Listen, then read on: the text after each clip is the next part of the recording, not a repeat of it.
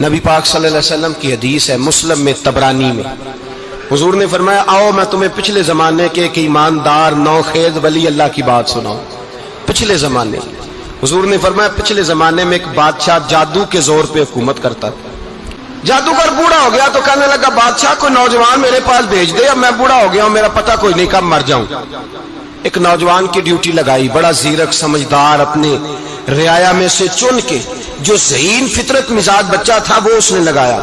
اللہ کے محبوب علیہ الصلوۃ والسلام فرماتے ہیں بچہ جادو سیکھنے لگا، وقت گزرنے لگا۔ بچہ جب جادو سیکھنے جاتا تو رستے میں ایک راہب بھی تھا جو انجیل جانتا تھا، وہ اللہ اللہ سکھاتا، لوگوں کو حضرت عیسیٰ علیہ السلام کی تعلیمات سے آگاہ کرتا۔ اس نے دیکھا کہ یہاں بھی لوگ اکٹھے ہیں تو وہ بچہ اس راہب کے پاس بھی اٹھنے بیٹھنے لگا۔ اب جب اس کے ساتھ اس کی گفتگو بڑھنے لگی تو اس کو باتوں میں لذت آنے لگی۔ اس نے راہب نے پوچھا کہ تو کون ہے اور کس طرح سے آیا ہے، کیا تیرا معاملہ ہے؟ اس نے کہا جی میں جادو سیکھنے جاتا ہوں، آپ کی باتیں مجھے بڑی اچھی لگتی ہیں۔ اس نے کہا دین سیکھ، جادو سیکھنے والے کافر ہو جاتے ہیں، قرآن و حدیث سیکھنے والوں کو اللہ کامل ایمان عطا فرماتا ہے۔ فرمایا یہ سیکھ۔ بچہ بیٹھنے لگا، اس کے پاس آنے لگا، باتیں دل میں گھر کرنے لگی۔ ایک وقت آیا کہ مسلمان ہو گیا، اور مسلمان کیسے ہوا؟ بچہ کہتا ہے میں تجربہ کر کے ہوا، اب میں تھوڑا سا وقت جادوگر کے پاس بھی جاتا اور باقی سارا وقت وہاں بیٹھتا۔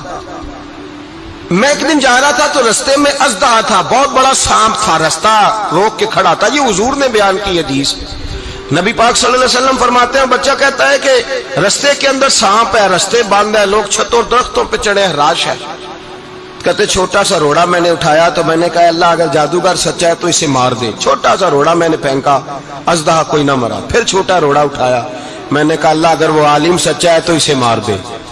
اب جب میں نے روڑا مارا تو اژدہا مر گیا۔ میرے اندر سے گواہی آئی نہیں دین کی باتیں سچی ہیں، نہیں قرآن کی باتیں اسلام سمجھانے کے لیے عرض کر رہا ہوں، اگرچہ اس دور میں انجیل تھی، اللہ رسول کی باتیں اچھی ہیں۔ کہتے میں مسلمان ہو گیا، اب میں نے راہب کے پاس ہی رہنا شروع کر دیا، جادوگر کے پاس چھوڑ دیا اس بچے نے آنا۔ بادشاہ پوچھتا کہاں زیادہ وقت گزارتے ہو تو وہ بات گول کر دیتا، وقت تیزی سے بڑھنے لگا۔ اللہ نے اس نوجوان میں طاقت پیدا کر دی، اب وہ اس کے اندر نا اللہ نے توانائی روحانیت پیدا کر دی، ابھی جوان ہے، 14-15 سال عمر ہے۔ اللہ نے اب جو بیمار بھی آتا وہ دعا کرتا تو اللہ صحت عطا کر دیتا، جو بھی آتا۔ بادشاہ کا ایک درباری تھا، بادشاہ کو پنکھا جلتا تھا، وہ اندھا ہو گیا، کوئی ایسی تکلیف آئی کہ نابینا ہو گیا، بڑے علاج کرائے شفا نہیں ہوئی۔ کسی نے اس بچے کا پتہ بتایا کانوں میں، اس کے پاس گیا تو بچہ کہنے لگا شفا تو ہو جائے گی پر کلمہ پڑھنا پڑے گا، مسلمان ہونا پڑے گا، جس پیغمبر کا میں غلام ہوں تجھے بھی بننا پڑے گا، دین پہ عمل کرنا پڑے گا، اللہ شفا دیتا ہے۔ اس نے کہا تو مجھے کلمہ پڑھا، مجھے شفا دے، میں تیار ہوں۔ اس نے کہا شفا تو اللہ دیتا ہے۔ اس نے اللہ تبارک و تعالیٰ کا ذکر کر کے دعا مانگی، یہ مسلم شریف میں حدیث ہے، طبرانی میں موجود ہے۔ اللہ نے اسے شفا دی، اس نے کلمہ پڑھنا شروع کر دیا۔ یہاں ایک نقطہ لکھا ہے ہمارے علماء نے، کہتے ہیں جب اللہ ولایت عطا کرتا ہے نا تو یہ سفید بالوں والے کا حصہ نہیں ہوتی۔ اگر جوانی میں کوئی آدمی توبہ کر کے تصوف کے راستے پہ چلتا ہے تو سب سے زیادہ ولایت اللہ اسے عطا فرماتا ہے، سب سے زیادہ ولایت اس کے پاس ہوتی ہے۔ ابھی اس کے بال کالے ہیں، چڑھتی جوانی ہے، دعا کی تو اللہ نے، اور حدیث پاک میں موجود ہے کوڑے آتے تو شفا یاب ہو جاتے، اندھے آتے تو شفا یاب، برس والے آتے تو اللہ سے دے۔ جوان ہے آدمی جس کی آنکھیں ٹھیک ہوئی تھی، بادشاہ نے پوچھا کہ کیسے شفا ملی تو کہنے لگا میرے رب نے شفا دی ہے۔ بادشاہ سجدے کراتا تھا، اپنے آپ کو منواتا تھا، معاذ اللہ، کہنے لگا میرے علاوہ کون رب ہے؟ اس نے کہا وہی رب ہے جس نے تجھے پیدا کیا ہے، اور وہی رب ہے جس نے مجھے اندھے کو آنکھیں دی ہیں، وہی ہے میرا مالک۔ کہا اچھا تو مجھے نہیں مانتا؟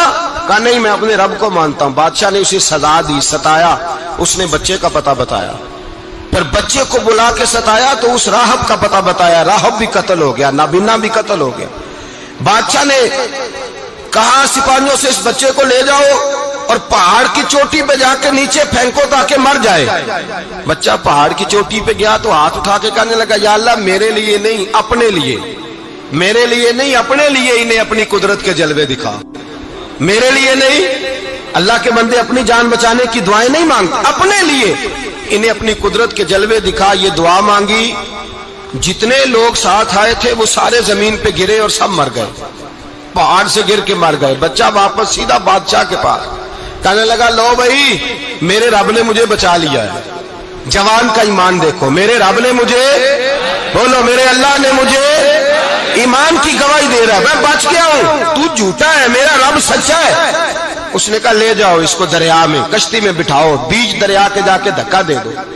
بیٹھے کشتی میں، دریا کے بیچ گئے، اور جب جا کے وہاں اس کو دھکا دینے لگے تو اس نے کہا اللہ میرے لیے نہیں اپنے لیے، انہیں اپنی قدرت کے جلوے دکھا۔ بس ایک طوفان سا آیا، جتنے سپاہی ساتھ آئے تھے ڈوب کے مر گئے۔ وہ بچہ اٹھا اور سیدھا پھر بادشاہ کے پاس، اسی کے پاس کہنے لگا لو بھائی میرے رب نے مجھے بچا لیا ہے، تیرے پاس آیا ہوں۔ وہ کہنے لگا تو کیا مصیبت میرے گلے پڑ گئی ہے، کیسے جان چھوٹے گی؟ تو بچہ کہنے لگا اگر تو مجھے باندھے درخت کے ساتھ اور سارے ملک کو بلائے، لوگوں کو اکٹھا کرے، پھر تو مجھے تیر مارنا، میں تجھے بتاؤں گا کیسے مارنا ہے، میں مر جاؤں گا۔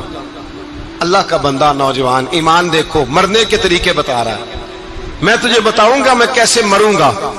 یہ بات کہی، بادشاہ نے سارا مجمع جمع کیا، ملک سارا باہر آ گیا، درخت کے ساتھ باندھ دیا۔